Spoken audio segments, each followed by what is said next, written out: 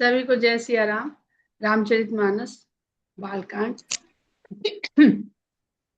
दोहा संख्या 185 के पश्चात ब्रह्मा जी द्वारा की गई भगवान की स्तुति। और इसमें हमने एक छोटा सा होमवर्क दिया था, जिसमें दीपा दीक्षित जी ने हमें एक्नॉलेज किया भी और भेजा भी और पूछा भी। और किसी ने अगर किया हो तो कृपया चाहे हैंड रेस करके चाहे अनम्यूट करके बताएं, नहीं तो फिर दीपा दीक्षित जी से ही शुरुआत कर। सरोज जी, मैंने भी किया है सर जी। अनीता। तो चलिए, बस बहुत ही सुंदर बात है। आप सब लोगों को बधाई। दीपा जी, आप पढ़िए, आपने कौन कौन से भगवान के नाम इस स्तुति में पाए। जय श्री राम सभी बहनों को। ये हमने इसमें जो देखा अपने समझ से, एक जैसे जय जय सुरनायक जन सुखदायक, तो जन सुखदायक जो है वो है आप भक्तों आप और एक के बाद एक जो आपने लिखे वो बोलती चली जाइए, बस। नहीं, कंफ्यूजन होगा अगर आप पूरा जन पढ़ेंगे। सुखदायक जी। जी, जन सुखदायक भक्तों को सुख देने वाले, गो द्विज हितकारी, गाय और ब्राह्मणों का हित अर्थ करने मत वाले। बताइए, अर्थ मत बताइए। अच्छा केवल अच्छा। पढ़िए, जो फिर छांटी आपने वो लिस्ट पढ़िए केवल। अच्छा, सिंधु सुता प्रिय कंता, पालन सुर धरनी, अभिगत गोतीतम चरित पुनीतम, माया रहित आधारी, भव भय भंजन, मुनिमन रंजन, विपति गंजन, भव बारिधि मंदर, गुण मंदिर सुख पुंजा। ये कुल कितने लिखे आपने गिन के बता सकती हैं? और गिनिए फिर बताइए। हम लोग सरोज जी की तरफ चलते हैं। सरोज जी, आपने भगवान के जो 15, नाम इसमें पाए। जी 15 दीपा जी, हमने है, 15, 15। जी 15 सरोज जी, जी। आप पढ़िए, लिस्ट पढ़िए केवल। हाँ जी। ये ये पाल भगवंता, प्रियकंता, दीन दयालु, कृपालु, अविनाशी, परमानंदा, सच्चिदानंदा, श्री भगवाना और मुकुंदा, सच्चिदानंदा और चलिए गिन सुख के पुंजा। बताइए, संख्या बताइए गिन के।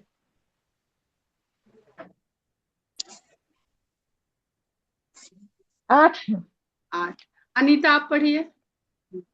सुरनायक, सुखदायक, प्रणतपाल, भगवंता, गोद्विज हितकारी, असुरारी, सिंधु सुता प्रियकंता, अविनाशी, सच्चिदानंद, त्रिविध, सुरजूथा, सारथ, सुख पुंजा, मुकुंदा। संख्या बताइए। 13। देखिए, जो हमने नाम कहे थे, हम अपनी बुद्धि से बता रहे हैं, तो वहां पे एक ही शब्द युग्म होना चाहिए।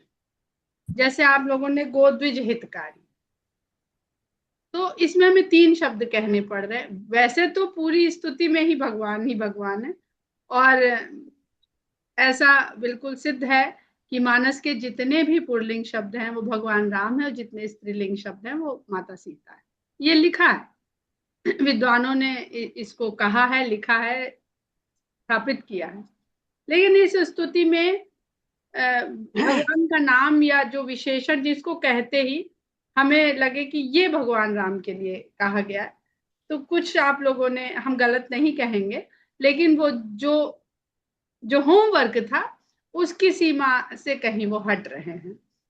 हम भी अपने आप को पढ़ के सुना देते हैं, और फिर अगर आप लोग को कोई भी शंका है कि ये क्यों नहीं है, क्यों नहीं, तो हम कह ही नहीं सकते किसी शब्द को कि वो भगवान का नाम नहीं है। ठीक है। लेकिन एक एक होना चाहिए कि उतना कह दिया तो पता चल गया कि हमें उसमें उनका कार्य, उनका स्वभाव सब उसमें निहित हो, एक ही उससे पता चल जाए। तो सुरनायक, सबसे पहले हमने जो लिखे हैं उसमें 13 हमने लिखे हैं। सुरनायक, सुखदायक, प्रणतपाल यानी शरण में आए हुओं के पालक, भगवंता, असुरारी, दीन दयाला, अविनाशी, मुकुंदा, सच्चिदानंदा, अघारी, श्री भगवाना, सुख पुंजा और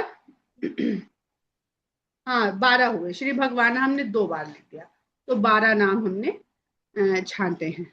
अब मेरे विचार से आप लोगों ने जो नाम लिखा है और उसमें क्या आपको लग रहा है कि जैसे आपने लिखा प्रियकंता, तो ये सिंधु सुता प्रियकंता, यहां तक हो कि भगवान के बारे में कहा जा रहा है।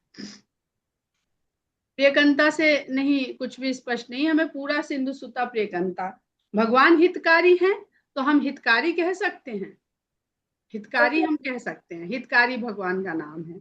लेकिन अगर हमने लिख दिया गो द्विज हितकारी, तो हमने पूरा 3 शब्दों का ये एक बनाया। तो नाम तो आप लोग समझते हैं ना, जैसे नाम रखेंगे किसी का तो वो एक शब्द ही अपने आप में नाम होना चाहिए। तो अच्छा परमानंदा क्यों नहीं है? परमानंदा है दीदी, और आपने बोला नहीं। परमानंदा उनका गुण है, परमानंद उनका गुण है, नाम नहीं है। मतलब परम आनंद देने वाले, परम आनंद नहीं, देने वाले, परम आनंद के धाम ना, परमानंद से देने वाला कहाँ पता चल रहा है? परमानंद धाम सतचित आनंद है, आप कह सकते हैं। बिल्कुल भी अड़ेंगे नहीं, क्योंकि हम किसी भी नाम को, वो भगवान का नाम नहीं है ये कह ही नहीं सकते। अपनी बुद्धि से हमने कहा, अपनी बुद्धि से आप लोगों ने कहा। तो अब यहाँ पर अगर हम इसमें देखें अलका जी, तो व्यापक परमानंदा, परमानंद के रूप में जो सब जगह व्याप्त है ना, इस स्तुति से हमने कहा था कि वो नाम यहाँ पे बता रहा है कि ये भगवान को कहा जा रहा है। अब ये बहुत आप इसमें और जितना ढूंढेंगे खोजेंगे पाएंगे। जैसे हमने आनंद के लिए, और आप लोग इन्वॉल्व होइए और पढ़िए, छाटिए, खोजिए, तो उतना ही आप सुरनायक में एक कंफ्यूजन है, सुरनायक में कि देवताओं के स्वामी इंद्र को कहा जाता है ना, तो नहीं, आखिरी स्वामी वही है। अच्छा इंद्र दीदी, गोतीतम भी तो होगा, गोतीतम मुकुंदा, नहीं, ये भी तो भगवान के नाम है। गोतीतम का अर्थ है जो वो तो इंद्रियों बोला से ही है, परे है। मुकुंदा तो बोला ही है। अच्छा दीदी, अच्छा मुकुंदम, गोतीतम का अर्थ ठीक है है, जो इंद्रियों हाँ से ठीक परे है। अब इंद्रियों से परे तो है। भगवान है ही, इसीलिए हमने कहा कि बहुत अड़ियल रवैया बिल्कुल भी नहीं रखेंगे। लेकिन मुकुंदा, जैसे आप जगदीश कहते हैं, तो जगदीश, हाँ, जगदीश जगत के स्वामी, तो जगदीश एक नाम में आता है, मुकुंद नाम में आता है, सच्चिदानंद नाम में आता है, भगवान नाम में आता है। तो ठीक है दी, तो और ये सुखपुंजा, सुखपुंजा, हाँ सुखपुंजा हमें लगा, सुखपुंजा हमको लगा, सुख के पुंज हैं, भंडार है सुख के। प्रणत पाल नीता जी, प्रणत पाल, प्रणत माने जो चरण में आए, झुक के उनके आगे, उसके पालक, तो ये है भगवान का नाम प्रणत। हमें लगता है कि है। देखिए बहुत सारे जो नाम है वो भगवान का स्वभाव है, बहुत सारे नाम उनका गुण है। ये तो इतना तो व्याकरण की दृष्टि, हम कोई व्याकरण के ज्ञाता बिल्कुल भी नहीं है। हमें सिर्फ आप लोगों को इसमें उलझाना था कि आप इसको पढ़िए, खोजिए और भगवान के नाम का आनंद लीजिए। मेरा और कोई उद्देश्य नहीं था। उसमें चर्चा करिए। बहुत सीखा, वरना तो ऐसे बस मेरा उद्देश्य अघारी और असुरारी दोनों हैं, असुरों के शत्रु, पाप के शत्रु। क्या होगा सकल का मतलब? किसका? सकल, सकल माने सारा। अच्छा ठीक है। ये मुनि वृंदा नहीं होगा दीदी? मुनि वृंदा तो मुनियों का समूह, मुनियों का समूह, तो मुनियों का समूह। विगत ये मुनियों के लिए ही कहा गया, इसमें भगवान के लिए कहा ही नहीं जा रहा। जही लागी विरागी अति अनुरागी विगत मोह मुनि वृंदा, मुनियों के समूह, मोह से विगत होकर वैराग्य है जिनके अंदर, वो भी अति अनुरागी हो जाते हैं। जही लागी। और अघारी, अघारी अघारी तो नाम, अघारी हमें लगता है अघारी भगवान ही है, खरारी है। अगर भगवान खरारी है तो अघारी भी है। अगर भगवान त्रिपुरारी हैं तो अघारी भी है, जो भी पाप का नाश करे। और दीदी अविनाशी दीन सच्चिदानंदा भी है। एक एक एक हाँ, एक बोलिए। दीदी दीन पिया अविनाशी दीन प्यारे के लिए अविनाशी मतलब जिन्हें दीन प्रिय है। अब हम लोग कर सकते हैं इस पे थोड़ी सी बहस कर सकते हैं। बहस से मेरा मतलब पॉजिटिव बहस, किसी और तरह भव का दीदी भव भारी थी मंदिर मंदराचल का रूप है ना। भव भारी थी मंदिर समुद्र में मंदराचल तो रूप में। आपको भव बारिधि मंदर कहना पड़ेगा, पूरा बहुत कहना। लंबा नाम है। अच्छा 3 टुकड़े हैं इसमें नाम के, सही बात है। दीदी सुर जूथा। देवताओं का समूह जो हाँ, मिल के ग्रुप अपना डेलीगेशन लेके हाँ, गया वहां, उनका देवताओं जत्था का हो जो गया। डेलीगेशन गया, तो जूथा समूह के लिए आएगा। समूह के जी लिए है। अच्छा दीदी और गुण मंदिर गुणों के मंदिर, गुणों को। हाँ तो वो तो भगवान का नाम हुआ ना। बिल्कुल गुण मंदिर हो सकता है।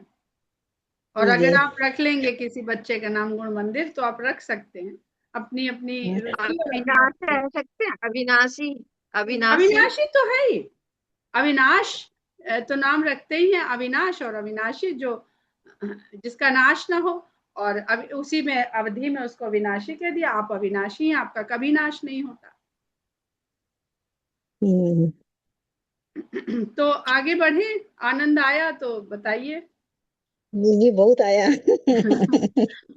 बहुत अच्छा लगा। परमानंदा का नाम हो सकता है ना भगवान जी का। हाँ, परमानंदा नाम हो सकता है, पर हमने नहीं लिखा है क्योंकि वो भगवान का बहुत ही मतलब सच्चिदानंदा परमानंदा दोनों ही हो सकते हैं। हाँ, दोनों हो सकते हैं। हाँ वो तो एक्चुअली भगवान का स्वरूप ही है ना। देखिए भगवान की पहचान उसी से है। हाँ, वो तो भगवान की मतलब क्या कहें, उसके आगे परम अच्छा ज्ञान। जैसे दीदी इसमें एक लाइन है सारद श्रुति सेवा, तो शेषा, सारद तो सेवा नहीं, हाँ शेषा। शेषा शेषा शेषा शेषा। एक एक जन तो बोलिए। ये तो सरस्वती के लिए कहा गया है ना, शारद शारदा के लिए, श्रुति वेद के लिए, वेद शेषा के लिए। शेषनाग के लिए, ऋषय शेषा सारे ऋषियों के लिए। अशेष ओके जो ये बचा ही शेष नहीं, नाग के लिए है। शेष और अशेष, शेषा शेषनाग। क्योंकि शेषनाग सहस्त्रों मुख से भगवान का गुणगान करा करते हैं, भगवान का गुणगान गाते हैं, तभी तो शेष नाग शेष महेश सुरेश दिनेश सुरेश जिसको दिनेश। कह नहीं पाते, जिसके बड़ी सुंदर स्तुति है। एक और बता दीजिए, ये जो इसमें सयानी आया है। बुद्धि, चतुराई, अच्छा बड़ी सयानी बनती वो सयानापन, है ये।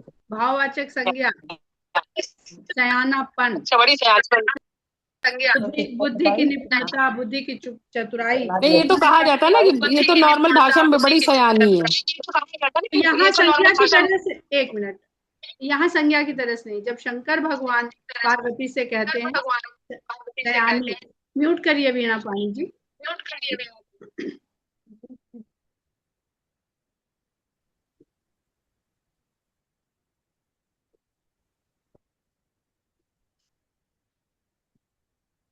हमने कर दिया, अब आप मत छूइएगा। तो वो सयानी, देखिए सयानी जहाँ कहीं प्रयोग के आधार पे तय होगा ना।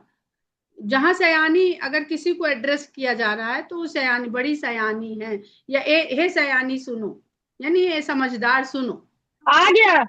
यहाँ पे छाणी सयानी, बुद्धि की समझदारी छोड़कर। और हम लोग बुद्धि ही तो लगाते रहते हर समय, ये नहीं तो ये क्यों, ये नहीं तो मन बच क्रम बानी छाण सयानी। जो अब यहाँ पे कल बहुत चर्चा हुई, जहाँ के लिए हमने आप लोगों को आमंत्रित किया था, वहां हम गए थे। उन्होंने अंग्रेजी में लिख रहे हैं वो पुस्तक, और बड़ी ही सुंदर सुनने को मिला, और फिर बड़ी सुंदर बातचीत हुई। और फिर आज सवेरे हमने उस पर थोड़े और ऐसे डिस्कशन थे जो हम वहाँ सबके सामने नहीं कर सकते थे। तो हमने पर्सनल जो हमें बातें शेयर करनी थी या समझनी थी या कहनी थी। जब भी आप कुछ पढ़ते हैं सुनते हैं तो कुछ आपके अपने विचार कहीं ना कहीं से कनेक्ट होते हैं। तो उस पे भी बहुत सुंदर बातें निकल के आई। तो हम लोग एक नोट बना के रखा था। हाँ, तो इसी स्तुति से रिलेटेड हम लोग कुछ बिंदुओं पर बात करेंगे। और अभी तक, क्योंकि अब भगवान तो इस स्तुति के बाद कह देंगे कि हम आएंगे, आप लोग जो है इतने चिंतित न रहिए। तो अब यहाँ तक जो हम लोगों ने पढ़ा है तो उसका सार निचोड़ भी थोड़ा सा समझ ले। तो यहाँ तक जब हम लोगों ने पढ़ा जो, उसमें देखिएगा कि भगवान का अवतार तो नहीं हुआ है। भगवान के अवतार से पहले बहुत दुष्टों की कथा कह दी गोस्वामी जी ने, राक्षसों की कथा कह दी, उनका जन्म कह दिया और उनका तप भी कह दिया। ठीक है, तो एक एक पॉइंट लेके चलते हैं, तो जिससे हम बिखरेंगे नहीं ज्यादा। तो तपबल का वर्णन हुआ, 2 तरह के तपबल हमने इसमें देखे, या 2 तरह के तप देखे अभी तक जितना पढ़ा हम लोगों ने। एक रावण, कुंभकर्ण, विभीषण का तप देखा, एक एक लेके चलेंगे। और मनु शत्रुपा का तप देखा। अब दोनों के परिणाम देखिए, तो एक तप बल से अहम बल को बढ़ाना चाह रहा है और बढ़ा रहा है, मिल भी रहा है। ठीक, तप बल इज इक्वल टू अहम बल। और दूसरा जो तप है उसमें अहम से मुक्ति हो रही है और भगवान अवतरित होने का उनको वरदान दे रहे हैं। तो ये तो समझ में आ गया कि गोस्वामी जी ने तपस्या का एजेंडा बताया, उद्देश्य बताया कि तपस्या से ही हम अपने अहम को मजबूत भी कर सकते हैं और तपस्या से ही हम अपने अहम से मुक्ति भी पा सकते हैं। भगवान दोनों में मिलेंगे। एक तपस्या से अहम बल बढ़ा तो भगवान के हाथों उद्धार हुआ, एक तपस्या से भगवान स्वयं हमारे पास आ गए तो उद्धार की वहां चिंता नहीं है। वो तो चाहता हमारा उद्धार ना हो, तुम आते रहो, हम देखते रहें, हम तुम्हें देख के प्रसन्न होते रहें, वो वाली अवस्था है। फिर हमने देखा कि देवताओं का यहाँ पे वर्णन पढ़ा और धनुजों का वर्णन पढ़ा। तो जब देवता धनुज बने तो सब अच्छे थे, सबका अपना कार्य क्षेत्र था, सबके अपने अपने गुण थे, उसके आधार पे वे अपने अपने साम्राज्य की, अपने अपने समुदाय का पालन पोषण रक्षण करते थे। तो धनुजों में दानव थे, धनुज थे, राक्षस थे, ये बहुत सारी जातियां थी। और मनुष्य में नाग थे, किन्नर थे, यक्ष थे, गंधर्व थे और देवता थे। देवताओं में विभिन्न प्रकार के, वरुण, अग्नि और ये वो सब तरह के देवता थे। और ये दोनों ही भोगी हैं, देवता भी भोगी हैं, स्वर्ग में रहते हैं। स्वर्ग क्या है? भोग का स्थान है। और धनुज भी भोगी हैं, भोगी दोनों हैं। लेकिन अब ये संसार में देख लीजिएगा, अपने अपने संसार में आ जाइए, भोग का दोनों का तरीका क्या है? देवता कुछ देते हैं, उनकी उपासना करते हैं लोग, तो देवता उनको कुछ देते हैं, उस देने के बदले में जो उनके उपासक हैं वो उनको भोग लगाते हैं और वो भोग प्राप्त करते हैं। ठीक, भोग में ये जो भोग है, इसमें जितना भी भोग है वो आप इस समय उसको समझिए, भगवान का भोग नहीं समझिए। भगवान तो जिस दिन से उन्हीं का हाई, हम उनको क्या देंगे। धनुज क्या करते हैं? या तो छीन के लेते हैं, उनको भी भोग करना है, वो छीन लेते हैं, छीन नहीं पाते हैं तो नष्ट कर देते हैं। तो देवता वो हैं जो सामंजस्य बैठा के, जिसके साथ हैं उसके साथ सामंजस्य बैठा के लेन और देन करते हैं, वो चाहे प्रकृति हो, चाहे मनुष्य हो, चाहे उनके उपासक हो। और धनुज ये सब पे विश्वास जो नहीं करते हैं, वो कहते हैं कि सब हमारा है, सब हमारा है, और छीनते हैं, नहीं छीन पाते हैं तो सब आग लगा देते हैं, हम ना नहीं भोग पाएंगे तो तुम्हें भी नहीं भोगने देंगे। फिर उसके बाद ये तो देवता और धनुष का या राक्षस का और देवताओं का हमने ये समझा। अब देखिए, तो राक्षसों के जन्म से, उनके तप से और उनकी लीला से, लीला तो नहीं कहना चाहिए, उनके कृत्यों से पहले गोस्वामी जी क्या कह देते हैं, क्योंकि गोस्वामी जी जानते हैं कि कलयुग में बुराई बहुत अवतीर्ण होगी और बुराई अवतीर्ण होगी तभी भगवान उसका नाश करने के लिए अवतरित होंगे। लेकिन बुराई अवतरित होके कहीं मनुष्य के हृदय में जो बुराई अवतरित हो रही है वो उसका नाश न कर दे, तो बुराई के राक्षसों की कथा से पहले वो प्रभु के धाम की वंदना, प्रभु के नाम की वंदना, प्रभु के नाम की महिमा, प्रभु का गुणगान और प्रभु की चरित्र महिमा बता देते कि ये पहले सीख लोगे तो अगर बुराई की कथा भी सुनोगे तो बचे रहोगे, क्योंकि वैक्सीन लग गई, हमारे वैक्सीन लग गई। अब वो बीमारी के कीटाणु हमारे अंदर जाएंगे तो हम नाम गुण धाम सबका भीतर आ गए, आस्था आ गई ना, तो उसका असर नहीं होगा। जानेंगे तभी तो अपने को बचा पाएंगे बुराइयों से। तो ये एक बहुत सुंदर इस पूरे प्रसंग में जो इस तरह से क्यों लिखा गोस्वामी जी ने।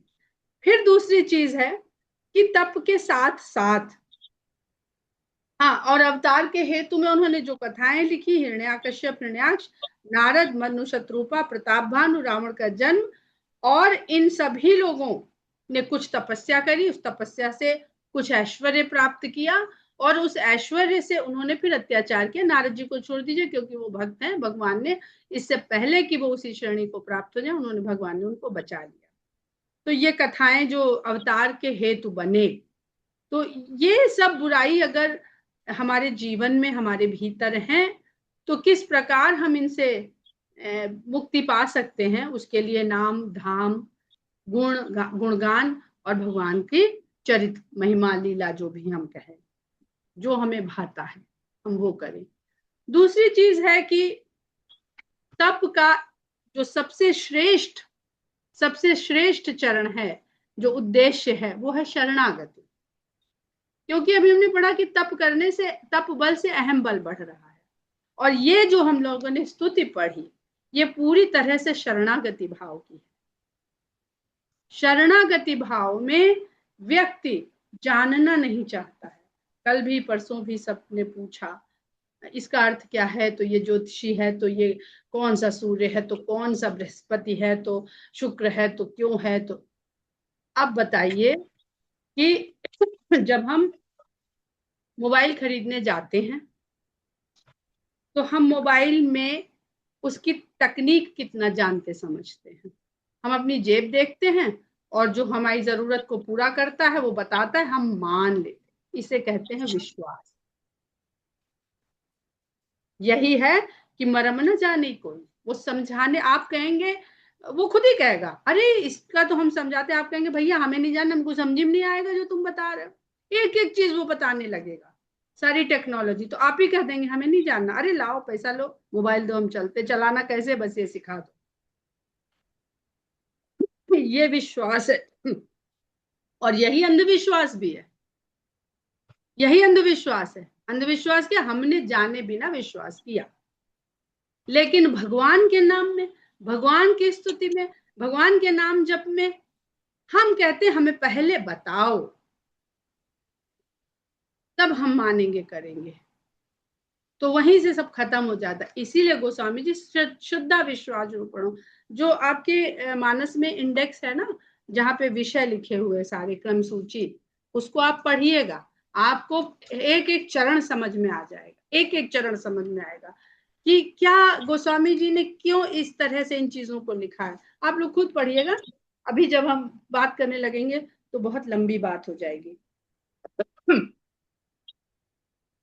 आज ही एक सुबह बात सीखी कि बिजली की खोज हुई, जब से खोज हुई 150 साल पहले, 100 साल पहले, उस दिन से लेके आज तक हम सबको एक काम आता है, बिजली का स्विच ऑन करना, ऑफ करना, और हमें कुछ नहीं आता है कि उसके अंदर क्या हुआ, वायरिंग में क्या हुआ, पंखे, बिजली, एसी, टीवी, मोटर, गीजर, इसमें हुआ क्या, कुछ नहीं जानते। एक काम जानते हैं, स्विच ऑन किया, स्विच ऑफ किया, हमको हमारा काम, रिजल्ट मिल गया। तो इतना ही है भगवान, ये अंधविश्वास है, यही अंधविश्वास है। इसमें ज्ञान कहाँ है, ज्ञान नहीं है। किसी ने बता दिया कि आप रख लीजिए, चल ऐसे करें कमरा ठंडा हो जाएगा, आप देखने लगे ठंडा हो गया, आपका विश्वास पुख्ता हो गया। उसी तरह से जो भगवान का नाम है उसको ऐसे ही विश्वास करिए। स्तुति है, आपको विश्वास हो जाएगा, ये काम वैसे भी करेगी, काम तो करेगी, क्योंकि इसमें वो टेक्नोलॉजी से बढ़ के परम टेक्नोलॉजी है। इसमें भगवान के इतने नाम हैं, लेकिन हमें विश्वास नहीं करना, हमें पहले जानना है।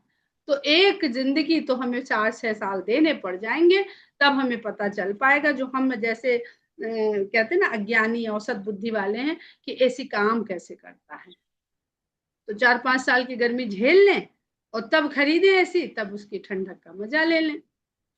या हम एसी लगा लें और जो कंपनी जितनी जितनी क्लेम कर रही है बातें, उस पर विश्वास कर लें और जो हवाई जहाज में बैठ जाते हैं, जाके हवाई जहाज में बैठ जाते हैं, हवा में उड़ रहे होते हैं, बाहर ऑक्सीजन नहीं है उसके। ये अंधविश्वास है। तो विश्वास, अंधविश्वास और अविश्वास, इसको समझिए कि कहाँ लगाना है, कहाँ नहीं लगाना है। जहां नहीं लगाना है वहां लगा रहे हैं, और जहां लगाना है वहां बहुत सोच विचार कर और यकीन जानिए। सोई जाने जही देह जनाए, विनीता मिश्रा के कहने से नहीं आएगा, किसी के बताने से नहीं आएगा। पढ़ते रहिए, रगड़ते रहिए।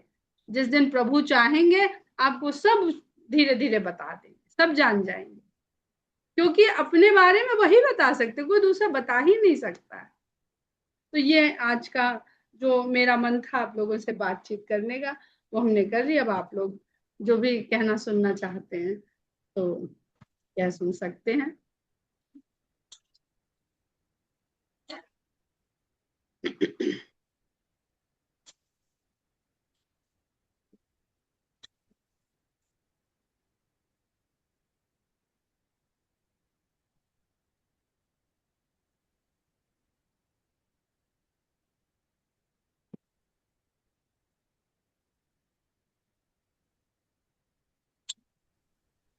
बहुत बढ़िया आपने बताया विनीता जी। और जो आप ये कह रहे हैं परम टेक्नोलॉजी है भगवान के ऊपर विश्वास करना, तो सचमुच परम टेक्नोलॉजी है। क्षण भर भी अगर कुछ अनुभव में आ जाता है तो उस आनंद के आगे सब बेकार है। कहीं भी कुछ हो, कुछ किसी शब्द से भगवान के नाम से, भगवान का हृदय से नाम ले लीजिए, कितनी भी विपत्ति में आप हैं, कितनी भी परिस्थितियां वैसी, पता नहीं क्या जादू है कि तुरंत सब समरस होने लगता है। तो बहुत बढ़िया आपने बताया, आपका बहुत बहुत आभार। क्योंकि जहां आप नाम ले रहे हैं भगवान आपके चारों ओर हैं, आपके भीतर हैं। आप कनेक्ट ही नहीं कर रहे हैं, आप डायल नंबर ही नहीं डायल कर रहे हैं। वो देख रहे हैं कि बेचारा दुखी है, दुखी है, दुखी है। अब उनको ही सबके दुख का पता है, पर पुकार तो लगाई ना, पुकार लगाई तब भगवान आए। तो फिर ये तो वही वाली बात हो गई कि जब हम कहेंगे, हमें कहना भी नहीं है और हमें पुकारना भी है, तो फिर कैसे काम चलेगा। अब बताए कोई कि इसका जवाब दे। क्या पूछ, फिर से आप अपना प्रश्न दोहराइए मैं मैम। जैसे ये पूछ रही कि जैसे हमें उनसे कुछ कहना भी नहीं है, ठीक है, हमें कहते हैं कि भगवान वो सब जानते हैं, आपको अपनी इस तरीके की कोई प्रार्थना उनके सामने नहीं रखनी है जिससे आपको मतलब भौतिक चीजें के लिए। लेकिन हम याद तो उन्हें भौतिक चीजों के लिए ही ज्यादातर करते हैं, तो हमें कहना भी नहीं, नहीं है और हमें उनको याद भी करना, तो ऐसे कैसे संभव है।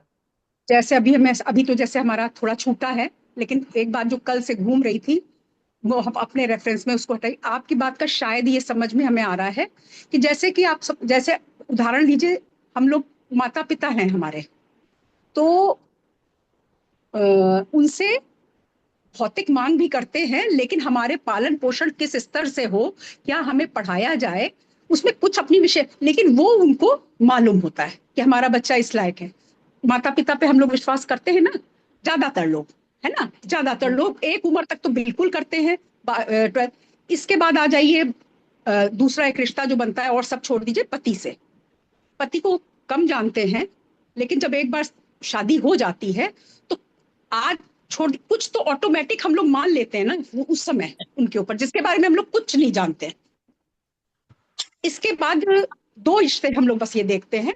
अब इसके बाद आप ध्यान दीजिए कि इन दोनों रिश्तों पे हम लोग दिन भर में शायद अपनी हर सांस के साथ, जब तक अनमैरिड रहते हैं तो मम्मी पापा, और उसके बाद भी मम्मी पापा और प्लस एक व्यक्ति जगह ले लेता है, वो हमारे साथ रहता है बराबर, हम उसके साथ रहते हैं तो हमारे दिमाग में अच्छा ये चीज है तो।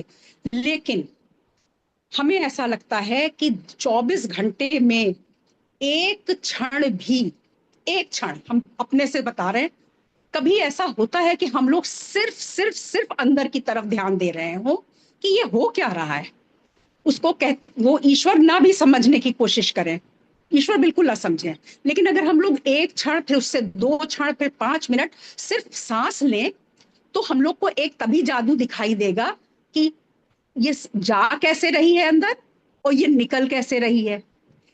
ये तो ऊपर की टेक्निक छोड़ दीजिए, जो ये नहीं, आप ऐसे भी बैठिए शांत, तो आपके शरीर में जरूरत की हवा उतनी जाएगी, आप बैठिए उतनी हवा जाएगी, वो एक प्रोसेस है, लेकिन वो कैसे है हमें नहीं मालूम है, और हम लोग उस पर ध्यान भी नहीं देते हैं। अगर उस पर ध्यान दें और एक छोटी सी चीज की, तो हमें पता चलेगा नहीं, ये जो जा रही और आ रही है, जिससे ये पूरी दुनिया बनी हुई है, वो हमारे अंदर ही है। अब आप उस शक्ति को भगवान मान लीजिए, और फिर आप इतनी छोटी सी चीज इस चीज को छोड़ने के बाद अपने जीवन का हर चीज उस पर छोड़ दीजिए। हम आपको बिल्कुल छोटी सी आंख खुलती है, किसी दिन तो हम अपना पर्सनल बता रहे हैं, आज ही सवेरे किसी दिन तो आंख खुलती है तो बिल्कुल उत्फुल्ल होते हैं, सीधे छत पे जाते हैं, जो भी है पेड़ वेड़ है, वहां बैठ के पानी पीते रहते हैं और खूब देखते रहते हो, मेरे दिमाग में कोई थॉट नहीं होता है। और किसी दिन कोई चीज, कोई काम, कोई घटना, कोई बुरा लगा, कोई अच्छा लगा, एक चीज पता नहीं कहां से आ जाती है, रात में, कल हुई है तो भी आ सकती है, 10 साल पहले हुई है तो आ सकती है, किसी व्यक्ति पर, और फिर वो सवेरे हमें कुछ नहीं सोचने देती है। हर बात में हमारी बुद्धि लगती, अच्छा ऐसे ऐसे कर ले, हम प्रयास करना बात फर्क है, लेकिन हमारी बुद्धि हमें इतने ज्यादा तरीके सिखा देती है, उससे सारी गड़बड़ होती है। हम लोग अपने को छोड़ नहीं पाते, नहीं छोड़ पाते, अपने दिमाग पे इतना ज्यादा हम लोग को चलाने की आदत हो गई है। मम्मी पापा के बीच में क्यों नहीं दिमाग चलाते हैं? कहीं दिमाग चलाते हैं, जहां उनकी तरफ से एक बात आई दिमाग बंद हो जाता है, मतलब फिर नहीं ध्यान देते हैं। हम उम्र के बाद की नहीं बता रहे हैं, हम एक उम्र तक बता रहे हैं। जिन चीजों पे विश्वास हो जाता है, लोगों में भी और रिश्तों में भी, जो खून नहीं माँ बाप जैसे हैं, उनमें भी, दोस्त हो, पति हो, कोई भी हो, हम लोग मान लेते हैं ना कि अच्छा ये है तो इनसे ये जरूर होगा। हमने जैसे अपना बनाया हुआ है कि ज्योत्सना को और क्लियर कर दे, समय कम बचा है। हाँ, बहुत सुंदर हाँ, उदाहरण दिया उन्होंने सांस का। हवा तो संसार में बहुत है, पर हम उस हवा से जितनी आवश्यकता है उतनी अपने आप हमारे भीतर जा रही है। हम उस हवा से अधिक हवा की कभी इच्छा क्यों नहीं करते? क्योंकि हमारे लिए पर्याप्त, क्योंकि जरूरत ये ही नहीं है। पर्याप्त हर चीज में लगाइए ना, कि जो मिला है वो पर्याप्त है।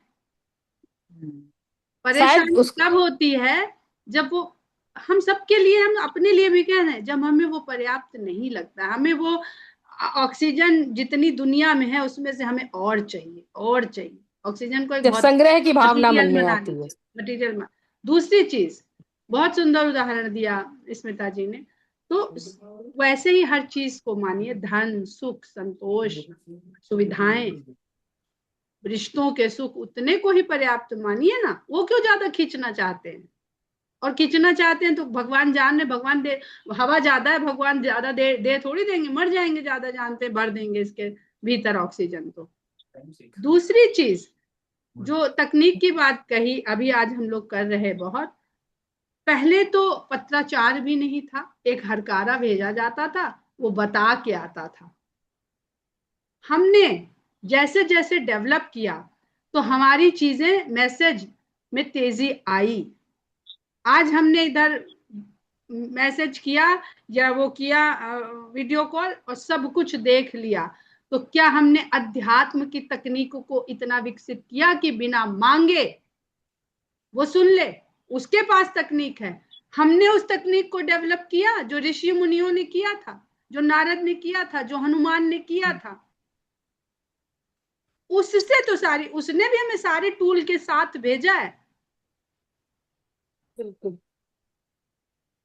आज भी जनजातियां कोई इलाज जो पड़ी है कोने में, जिनके लिए कहते हैं इंसान को मार के खा जाते हैं, नहीं, ऐसा कुछ नहीं है।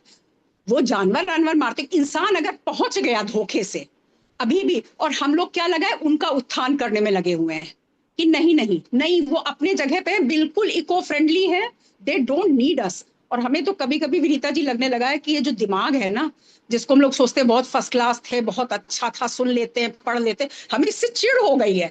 ये वाकई में वो कहती है ना, बुद्धि को बिल्कुल दुश्मन बना, सती की जैसी स्थिति होती है। जरूरत से ज्यादा कुछ जान लेंगे, समझ। हमने तो एक नियम बना रखा है कि अगर हम इस क्लास तक पहुंच गए तो इसलिए नहीं कि आप बता रही, यहीं से सीढ़ी पकड़ेंगे, पहले इसको पकड़ लेंगे ना। 2 शब्द भी पड़ गए, जैसे अभी आपसे हो गई बात, 2 शब्द भी गए तो ये गए प्रोसेस में। धीरे धीरे अब 1-2 साल से ये प्रोसेसिंग, 63 साल के हो जाएंगे अब की बात, तो 3 साल से ये प्रोसेसिंग शुरू हुई है। ज्ञान बहुत था लेकिन प्रोसेसिंग अभी शुरू हुई है। जो आपने फ्रीक्वेंसी वाला लिखा है अपने उसमें बिल्कुल सही है, और ऐसा हमने ही नहीं होगा, लिखा है, देखिएगा। हमने नहीं लिखा है, वो मेरे पास नहीं, हाँ, फॉरवर्ड लिखा है। क्या क्या सुंदर उन्होंने डिस्क्राइब किया है।